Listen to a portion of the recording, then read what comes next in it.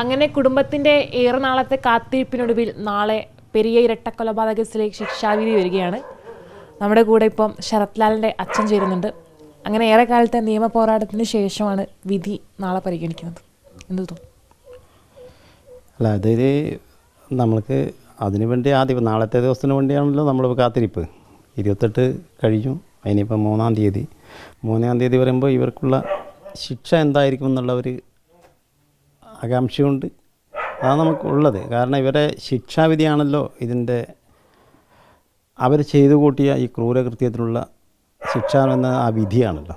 അപ്പോൾ ആ വിധി എത്ര കണ്ട് കാഠിന്യം ഉണ്ടാവും അത്ര കണ്ട് നമുക്കൊരു സംതൃപ്തി ഉണ്ടാകും. ഈ 6 വർഷം നമ്മൾ ഇതിൻ്റെ പിന്നാലെ ഈ മക്കൾ നഷ്ടപ്പെട്ടിട്ടും ഒരു സർക്കാർ ഞങ്ങളുടെ കൂടെ നിന്ന് നീതി വാങ്ങിച്ചു തരേണ്ട സർക്കാർ.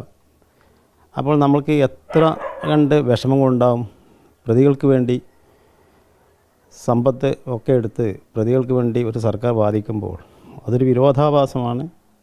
അപ്പോൾ അതിനുള്ള വിഷമങ്ങളും സംസ്ഥാന സർക്കാർ പ്രതിരോധിച്ച കേസായിരുന്നു. അതെ, അതുകൊണ്ട് തന്നെ പറയുന്നത് നമ്മൾക്ക് എപ്പോൾ ഈ നമ്മളെ മക്കളെ നഷ്ടപ്പെട്ട സമയത്ത് ഇത്തരം വിഷമങ്ങളും ഈ വേദനകളും അനുഭവിച്ചും കൊണ്ട് നമ്മൾക്ക് കൂടെ നിൽക്കേണ്ട സർക്കാർ തിരിഞ്ഞ് പ്രതികൾക്കൊപ്പം നിൽക്കുമ്പോൾ നമുക്കുണ്ടാകുന്ന പ്രയാസങ്ങളും വേദനകളും വിഷമങ്ങളും ഒക്കെ ആരോട് പറഞ്ഞറിയിക്കാൻ.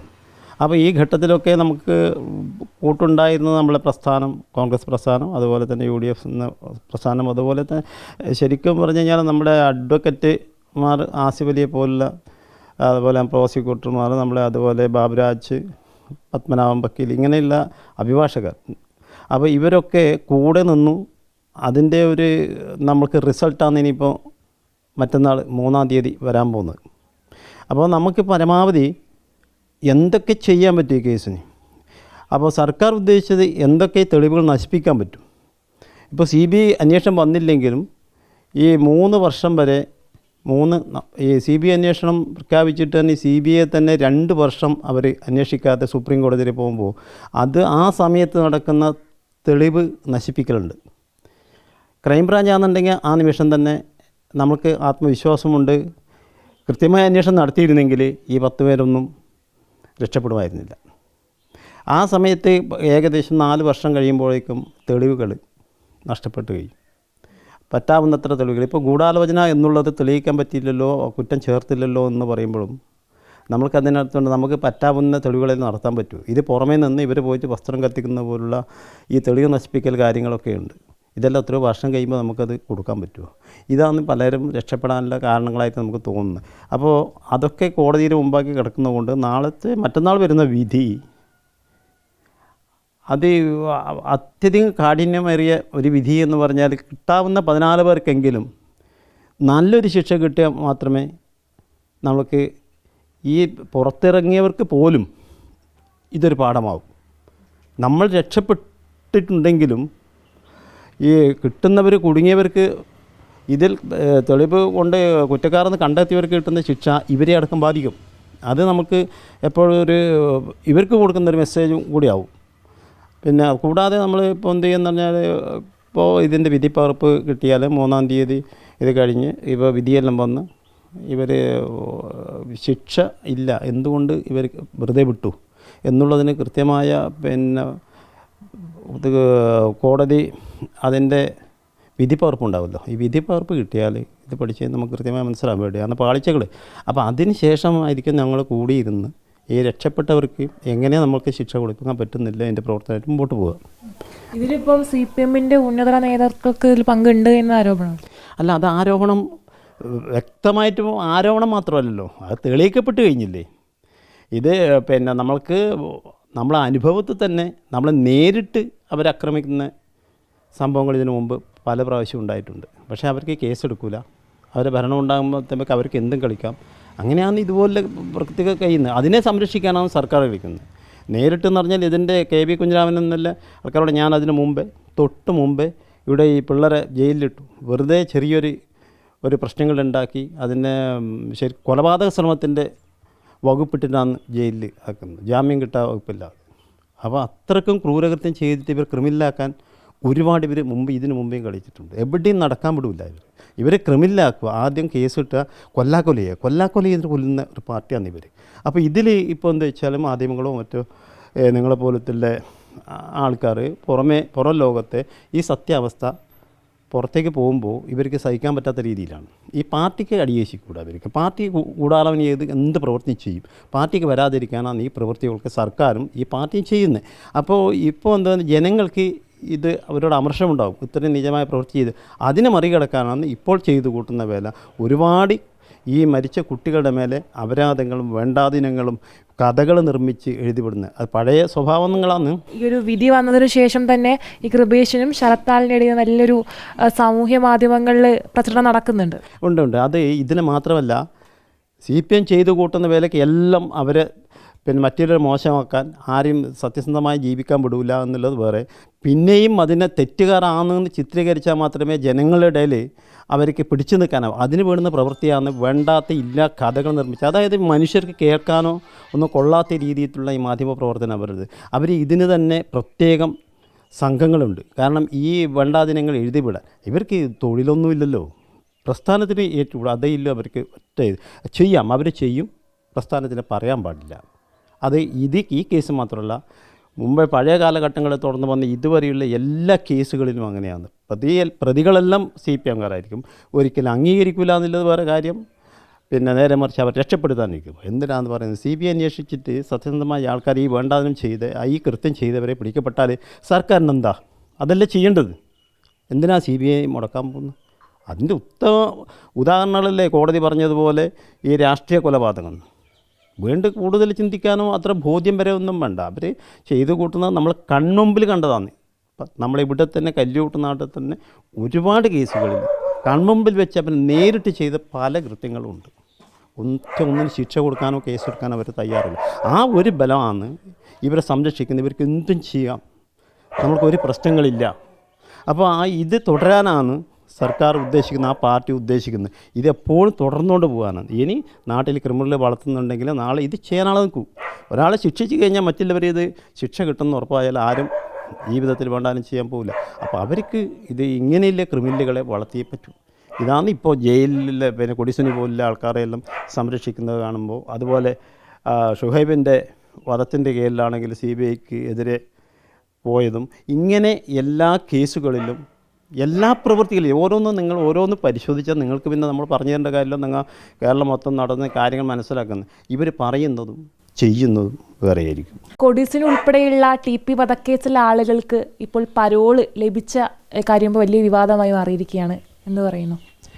അല്ല, പറയാനെന്തിരിക്കുന്നു, അവർ ചെയ്തു കൂട്ടുന്ന വേല ഇത് തന്നെയല്ല. അവരെ സംരക്ഷിക്കുക. ഞാൻ നേരത്തെ പറഞ്ഞ പോലെ തന്നെ ഇവരെ എന്ത് ക്രിമിനലായാലും അവരെ സംരക്ഷിച്ചെടുക്കുക. ക്രിമിനലുകൾക്ക് എതിരെ നീങ്ങിയാലുള്ള അവസ്ഥ എന്തെന്നാണ് നാളെ ഇതിന് വേണ്ടി ആൾക്കാരെ കിട്ടുമോ.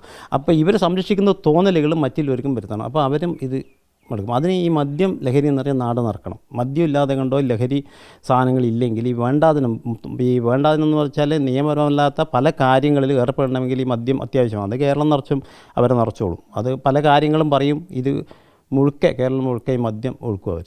അതുകൊണ്ട് കാശുമായി ഇവർക്ക് ആളെയും കിട്ടും എന്ത് ചെയ്യാനും. അത് വേറൊരു വശം.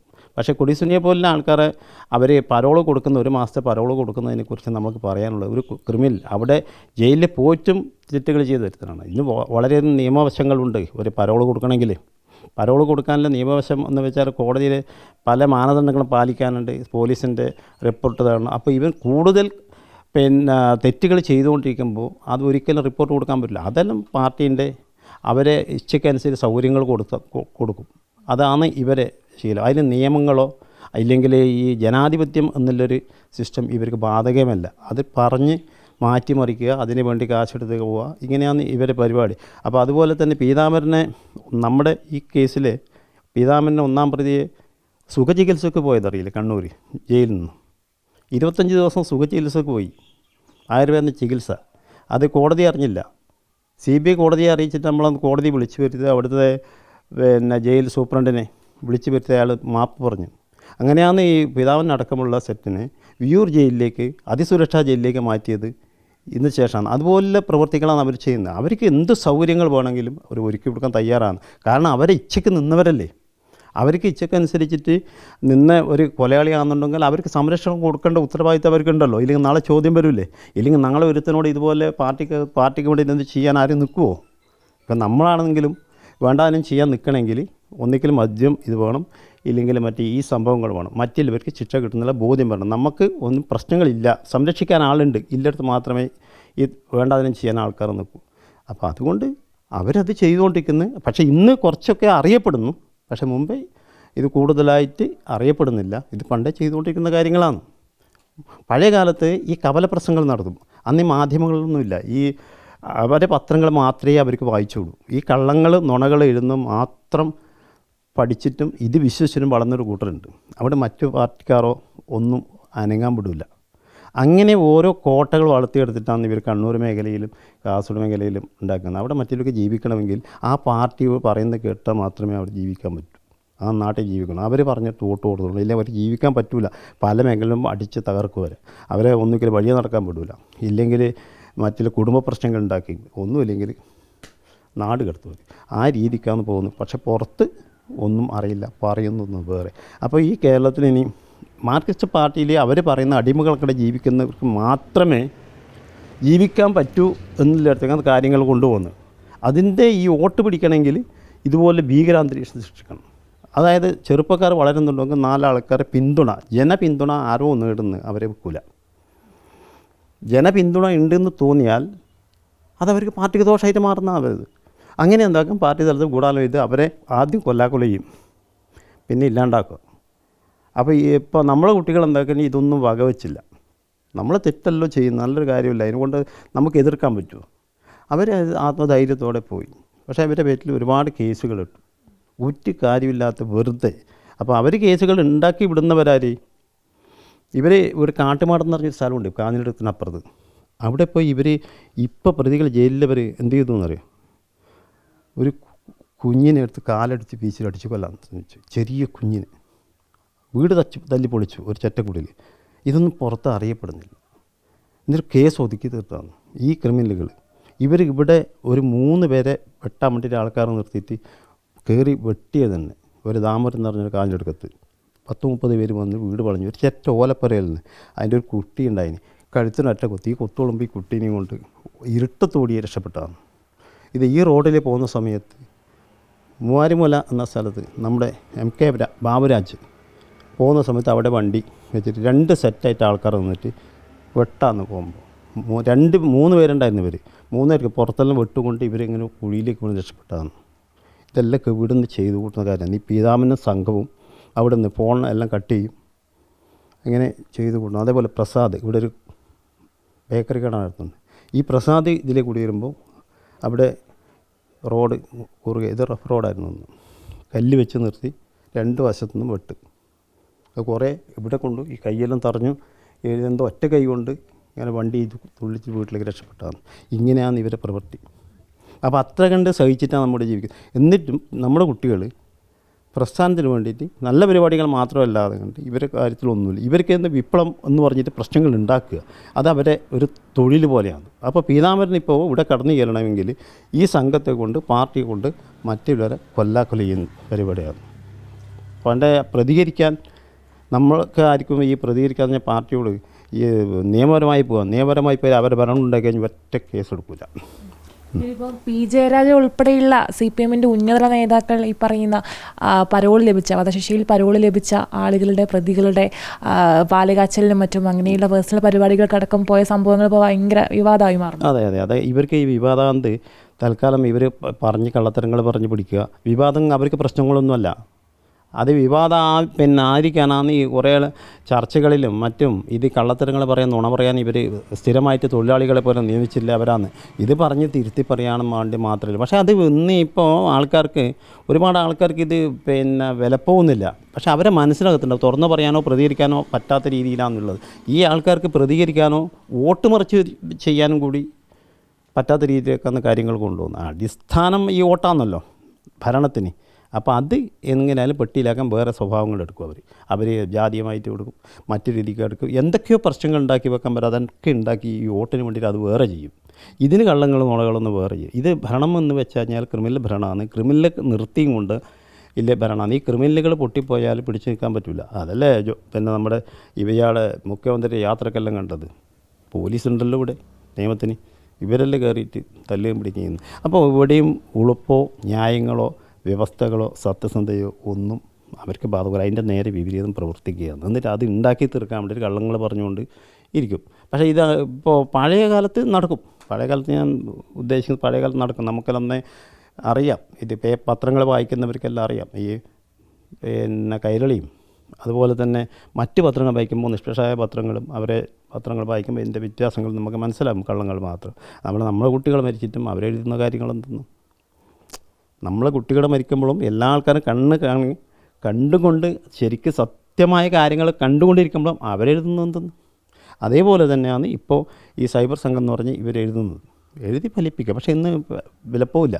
അല്ല, അവരെ സ്വഭാവത്തെക്കുറിച്ച് വീണ്ടും മനുഷ്യന് ബോധ്യപ്പെടുത്തി കൊടുക്കുകയാണ്.